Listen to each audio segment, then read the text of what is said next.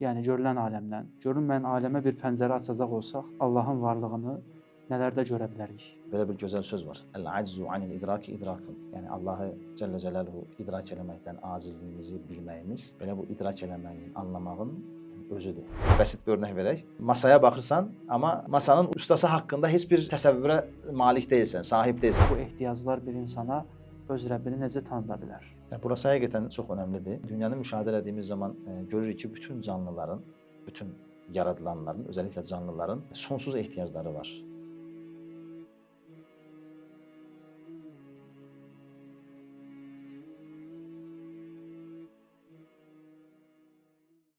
Euzu billahi mineşşeytanirracim. Bismillahirrahmanirrahim. Elhamdülillahi rabbil alamin. Vessalatu vesselamu ala seyyidina Muhammedin ve ala alihi tahirin ve ashabihi ecmaîn. Esselamu aleyküm əziz və dəyərli İslami Elmlər Məktəbi YouTube kanalının izləyiciləri. Bugündən etibarən yeni bir proqramla qarşınızdayıq. Bu proqramdan etibarən İslamda iman əsasları layihəmizi Anar müəllimlə davam etdirəcəyik. Salam aleyküm Anar müəllim. Dəvətimizi qəbul etdiyiniz üçün təşəkkür edirik. Sizin imani məsələlər üzərində araşdırmalar elədiyinizi bildiyimiz üçün düşündük ki, bu dərslərimizi sizinlə davam etdirək. Və aleykümselam və rəhmətullah. Allah razı olsun bu qiymətli, dəyərli təklifiniz üçün. Mən də buradan izləyicilərimizə, tamaşaçılarımıza Allahdan xeyirli, bərəkətli proqram olmağını təmənni edirəm. Amin. İnşallah cümləmizə istifadəli olar. Amin. Təşəkkür ederim müəllim. Çox vaxt itirmədən elə ilk sualımızdan sizin də izninizdən başlayaq. Buyurun. Anar müəllim, belə bir sualla başlamağı düşünürük. Yaşadığımız dünyadan, yəni görülən aləmdən, görünməyən aləmə bir pəncərə açacaq olsaq, Allahın varlığını nələrdə görə bilərik? Nələr Allahın varlığını və birliyini bizə tanıtmış olar? Rəbbimizi daha yaxşı necə tanıya bilərik? Əslində başlamadan öncə bunu demək lazımdır. Belə bir gözəl söz var. Əl-aczu anil idraki idrakun. Yəni Allahı Cəllə Cəlaluhu idrak eləməkdən acizliyimizi bilməyimiz, belə bu idrak eləməyin, anlamağın özüdür. Bəli. Yəni ilk öncə acizliyimizi, bu məsələdə gücsüzlüyümüzü, qüdrətimizin az olduğunu etiraf eləməyimiz lazımdır həqiqətən. Çünki nöqsan və qüsurlu olan əqlimizlə qüsursuzluğu, sonsuzluğu, nöqsansızlığı anlamağa çalışırıq. Yəni bu normal bir bəşərin öz əqli ilə, öz ağlı ilə çata biləcəyi bir Məqam deyil. məqam deyil, məsələ deyil. Bu şəkildə acizliyimizi etiraf eləyə başlayaq. Əslində qulluğun özü də budur, elə deyilmi? Acizliyimizi Allaha Cəllə Cəlaluhu ərz eləmək. Belə bir gözəl söz var. Və fi kulli şeyin lehu ayatun tedullu ala ennehu vahid. Hər şeydə Allahın varlığına, birliyinə götürən çox dəlillər var, ayələr var, möcüzələr var. Bəli. Yetər ki, biz baxdığımız zaman hansı yöndən baxırıq, necə baxırıq, yəni bunu təyin və təsbit eləyək, bunu öyrənək. Əslində dünyanı bir saraya bənzətsək, bu dünya sarayında bizim eləyə biləcəyimiz ən önəmli davranış, əslində bu dünya sarayında bizim məşğul ola biləcəyimiz və bizi qiymətli, dəyərli qılacaq ən önəmli şey, ən önəmli dəyər də budur. Yəni sarayın içərisində sarayın sahibini tanımağa çalışmaq. Və hər nə qədər acizliyimizi etiraf eləsək də, yenə də bu yolda daim davam eləmək. Bu niyyət və təmənni özü başlı başına çox qiymətlidir, çox dəyərlidir. Bəs yaşamış olduğumuz bu sarayda Allahı bizə tanıdacaq, həmin bu sarayın sahibini bizə tanıdacaq nələr var? Bəli, məxluqların nəfəsləri ədədincə gözəl bir söz var. Yəni hər şeydən bizə Allaha götürəcək pəncərələr var. Mən bu proqramda 3 küllü yol üzərində danışmaq istəyirəm. Birincisi kainat, yaradılan aləm. Çünki hər bir sənət sahibi öz sənətində öz varlığına və birliyinə dəlillər qoyar. Eləcə də bu sarayın sahibi yaratdığı bu sarayda da özünün varlığını, birliyini bizlərə göstərəcək sonsuz dəlillər qoymuşdur. Birincisi kainat bir kitab olaraq düşündüyümüz zaman kainat kitabının oxunmağı lazımdır. İkincisi bu dünya sarayına gələn ən qiymətli, ən dəyərli Allahın Cəllə Cəlaluhu göndərdiyi ən şərəfli, əşrəf-i məxluqat dediyimiz Peyğəmbərimiz Aleyhissalatu vesselam Allahın varlığına, birliyinə ən böyük dəlildir. Üçüncü olaraq isə Quran-ı Kərim, Allah Azimüşşanın Peyğəmbərimiz vasitəsilə bizlərə göndərdiyi Quran da Rəbbimizi bizə tanıdır. Bəli. Əslində dünyanın ən önəmli yönü nədir desək, bizə Rəbbimizi tanıtmasıdır deyə cavab vermiş olarıq. Dolayısıyla bu 3 nöqtədə üzərində dursaq və inşallah bundan sonraki proqramlarımızı da bu 3 təməl üzərində bina etsək, məncə daha məqsədə uyğun olar. Deyilsə, çox daha uzun məsələlərdən bəhs oluna bilər. Amma üçü sanki bütün əslində danışacaqlarımızı toplaya biləcək bir hüviyyətdədir, mahiyyətdədir. Bəli. Allah razı olsun. Onda İlk toxunacağımız məsələ kainatın bizə Allahı necə tanıtdığı məsələsidir, eləmi? Bəli. Əslində Quran-ı Kərimin özü bizə kainatı təfsir eləyir. Yəni kainata hansı yöndən baxmamız lazım olduğunu bizə öyrədir. Yəni Quran bir növ kainatın təfsiridir. Eyni zamanda kainat da Quranın həqiqətlərinin doğru olduğunu isbat edən ən önəmli bir dəlildir. Yəni burada bizim öyrənməyimiz lazım olan, yəni eyni zamanda Qurani-Kərimin də, peyğəmbərimizin də əleyhissalatu vesselam bizə öyrətdiyi, yəni hansı yönlərdən baxarsaq Rəbbimizi tanıya bilərik. Yoxsa məlumunuz hər kəs dünyanı görür, təfəkkür eləyir, gəzir. Əslində hansı yöndən baxdığımız zaman Rəbbimizi tapa bilərik, bunu əslində Quran bizə öyrədir. Peyğəmbərimiz əleyhissalatu vesselam öyrədir. Yəni buna da biz vəhiy deyirik. Vəhiy bizə kainata hansı yöndən baxdığımız zaman Rəbbimizi tapa bilərik. Rəbbimizin varlığını, birliyini görə bilərik, bunu öyrədir. Və bu nöqtədə çox qiymətli iki böyük dəlildir. Əks təqdirdə əgər Quransız və sünnəsiz, yəni Peyğəmbərimiz əleyhissalatu vesselamın xaricində biz yaradılmışlara baxdığımız zaman çox təəssüf ki, görməyimiz lazım olan şeyləri görə bilmirik.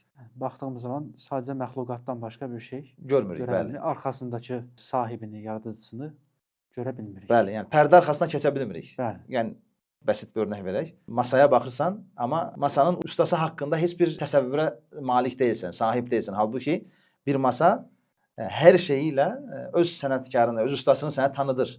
Amma hansı yöndən baxarsan o usta görsənlər, o orada önəmlidir. Məşhur bir örnək verirlər. Memar Sinanın inşa etdiyi bir məscidə girsən, əgər incə sənətdən, memarlıqdan anlamadığın təqdirdə, o ancaq divarlarına baxarsan, mihrabına baxarsan, minbərinə baxarsan, nə gözəl məsciddir deyərsən, çıxarsan, gedərsən. Amma həqiqətən memarlığa dair məlumatın, bilgin və ya o məscidi sənə tanıdan birisi olsa, diqqətlə baxsan, hansı yönlərdən baxdığın zaman bu ustanın sənətkarlığını, həqiqətən nə qədər gözəl bir sənətkar olduğunu bilməyin üçün sənə bir o məscidi, o sənəti sənə tərif edən birisinin olmağı lazımdır. Yəni hər sənətkar öz sənətində özünün bilgilərini bir növ həmin sənətinə işləmiş olur. Bəli, elminin sonsuzluğunu, qüdrətinin sonsuzluğunu deyə Allah haqqında Cəllə Cəlaluhu düşünərsək bu məsələni. O sənətdən anlayanlar bəli, həmin sənətə baxıb o sənətkarın nələrə qadir olduğunu, hansı elmə sahib olduğunu həmin sənəti üzərindən öyrənmiş olurlar. Bəli, bəli, tamamilə doğrudur.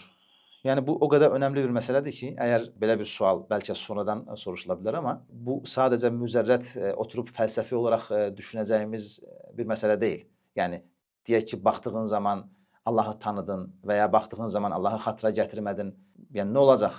Fəlsəfi bir diskussiyadan mı ibarətdir? Bu xeyr, bizim həyatımıza yön verən bir şeydir. Çünki sən sarayın içərisində sarayın sahibini tanımağa çalışırsan və bu sarayda sənin başına istəmədiyin bir çox hadisələr, problemlər qarşına çıxacaq, eləcə sevdiklərinin qarşısına problemlər çıxacaq. Əgər onu tanımadığın təqdirdə, tapmadığın təqdirdə başına gələn bütün problemlərlə tək başına bir himayəçin, səni mühafizə eləyən, səni qoruyan, heç kimsənin olmadığı bir yer düşün.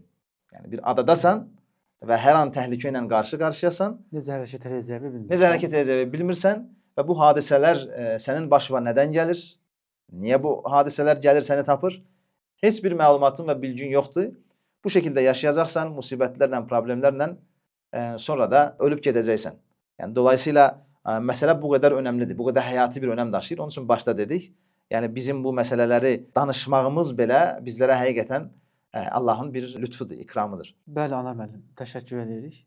Elə hazır sizin də vurğuladığınız kimi hal-hazırda insanın içərisində olduğu problemlər, sıxıntılar, ehtiyaclar və bunu həll eləyə bilmədiyində, bunun içərisindən çıxa bilmədiyində başına gələn fəlakətlər ki var. Biz görürük ki, bəzi insanları həmin bu yaşadığı problemlər Allah'a yaxınlaşdırmaq yerinə daha da uzaqlaşdırır. Bəzən insanları Rəbbini tərk eləməyə, Rəbbinə üsyan eləməyə sövq edir. Və sonda həmin bu sıxıntılar, bu problemlər üzərindən örnək verəcək olsaq, bu ehtiyaclar bir insana öz Rəbbini necə tanıda bilər? Burası həqiqətən çox önəmlidir. Necə ki, başda bəhs eləmişdik. Yəni, hansı yöndən baxdığımız zaman Rəbbimizi tapa bilərik.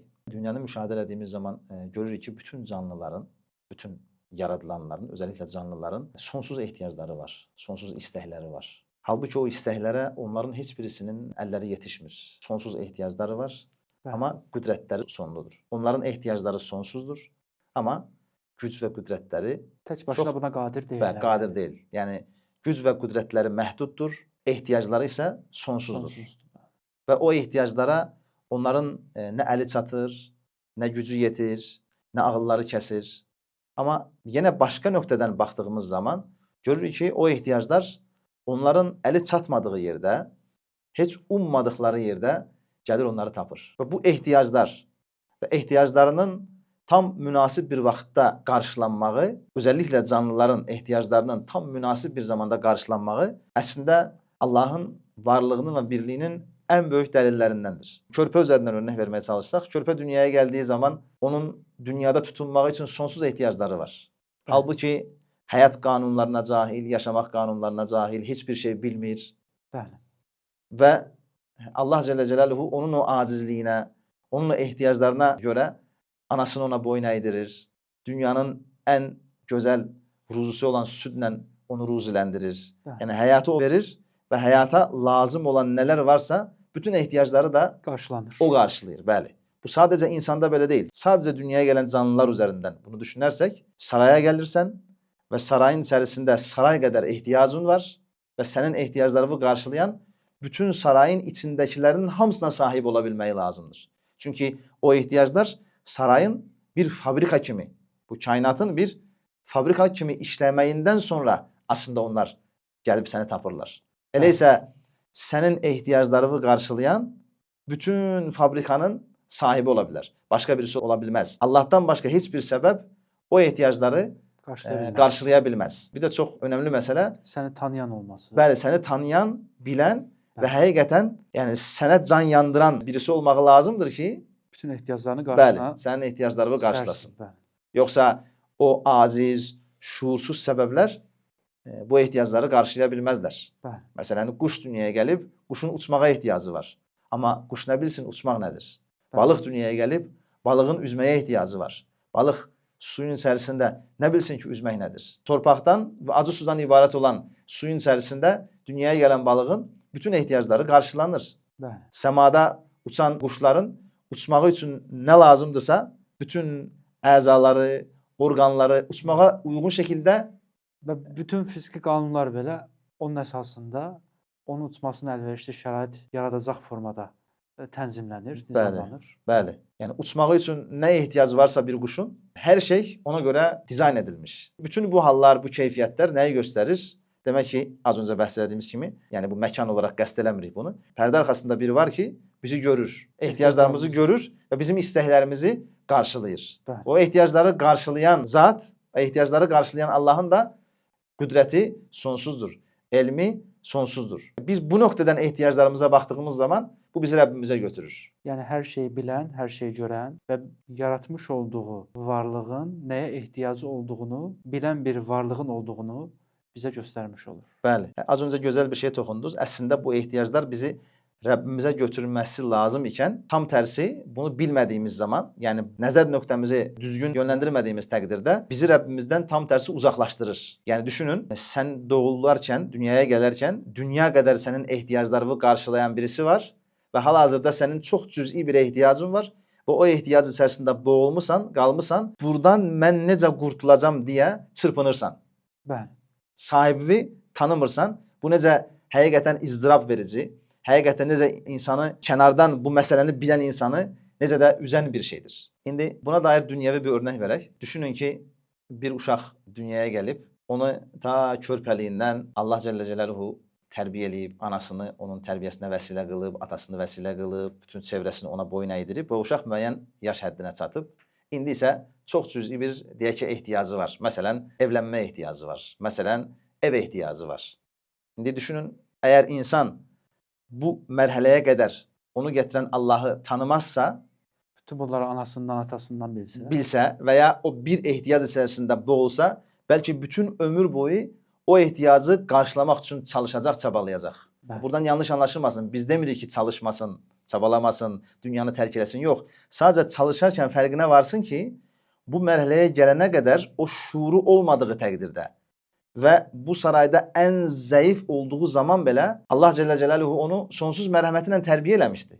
Bəli. İndi o tərbiyəni inkar eləmək, mən öz ehtiyaclarımı qarşılayacağam demək həqiqətən nə qədər də nankörlükdür. Amma bilsə ki, bu mərhələyə qədər onu gətirən Allah var, Bəli. Cəllə Cəlaluhu və bura qədər onun bütün ehtiyaclarını qarşılayıb. Bəli. Əlbəttə ki, bundan sonra da ehtiyaclarını qarşılamağa qüdrəti yetər. Bəli. Yetər ki, o insan, necə ki, uşaq ehtiyacı olduğu zaman anasının qarşısında ağlayır, yalvarır, anasının da dözmür, belə deyək, şəfqətindən o uşağa ehtiyacını verir.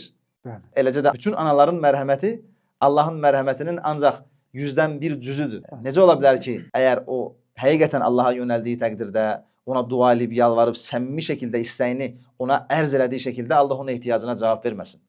Yəni bu düşünülə bilməz. Dünyəvi bir örnək verməyə çalışsaq buna dair Vüsal müəllim, dünyəvi bir örnək versək, deyək ki, bir fabrikada bir neçə ildir çalışırsan və ya çox zəngin bir qohumun var, bir neçə ildir sənə baxır.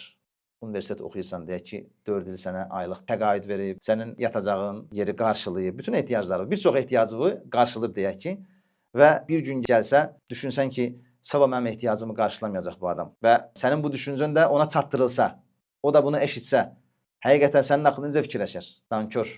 Bəli. Neçə ildir bunun ehtiyacını qarşılayıram. Hər şey qarşıladığım halda hələ də niyə güvənmir, inanmır? Niyə mənə inanmır?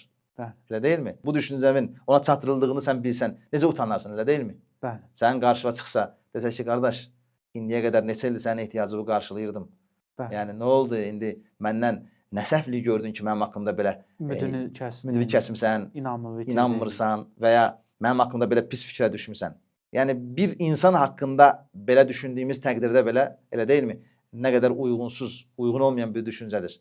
Bəs Rəbbimizə qarşı bizə bu qədər ehtiyaclarımızı qarşılayıb, sonsuz, hələ də an bə an bizim, məsələn, ehtiyac deyərkən əslində biz nəyə ehtiyac olduğumuzu da bilmirik. Dedik ya başda, biz Allahı idrak eləməkdən acizik. Məsələn, gözümüzün görməyə ehtiyacı var, qulağımızın eşitməyə ehtiyacı var. Şimdi intellektə yazsaq, bir insanın görə bilməyi üçün nələrə ehtiyacı var? Bir insanın eşidə bilməyi üçün nələrə ehtiyacı var? O ehtiyacların heç birini biz öz gücümüzlə, qüvvətimizlə qarşılamırıq və an-ban bu ehtiyaclar qarşılanır. Allah Cəllə Cəlaluhu tərəfindən qarşılanır. Kainata bu yöndən baxan birisi bütün bu ehtiyacların qarşılanmasını başqa şeylərdən deyil də Rəbbindən olduğunu anlamış olar və bu ona Rəbbini tanıdacaq bir pəncərə olar. Yəni bütün bu danışdıqlarımızı xülasə eləməyə çalışsaq, kainatı bir saray olaraq düşünürük. Bu saraydan bizə Rəbbimizi göstərəcək bir pəncərə açsaq, bu pəncərənin isminə də ehtiyaclar pəncərəsi desək, ehtiyaclar pəncərəsindən baxdığımız zaman o ehtiyacların qarşılandığını gördüyümüz təqdirdə